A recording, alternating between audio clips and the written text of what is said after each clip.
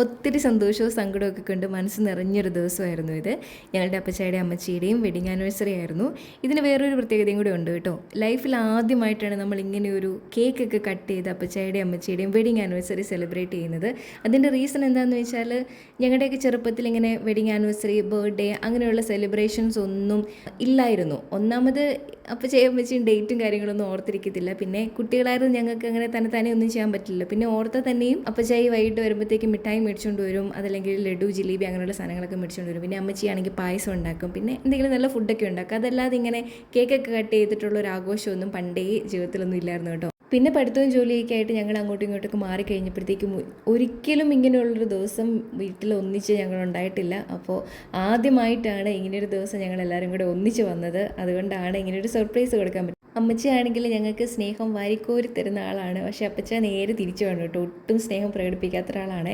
പക്ഷേ ഇങ്ങനെയുള്ള കാര്യങ്ങൾക്കൊക്കെ ആൾക്ക് ഭയങ്കര സന്തോഷവും സങ്കടവും ഒക്കെ വരും. അതുകൊണ്ടാണ് സന്തോഷം കൊണ്ടുള്ളൊരു സങ്കടമാണ് കേട്ടോ. പിന്നെ ഞങ്ങൾക്ക് രണ്ടുപേർക്കും ഭയങ്കര ഇഷ്ടമാണ് ഇങ്ങനെ സർപ്രൈസ് ഒക്കെ കൊടുക്കാൻ വേണ്ടി.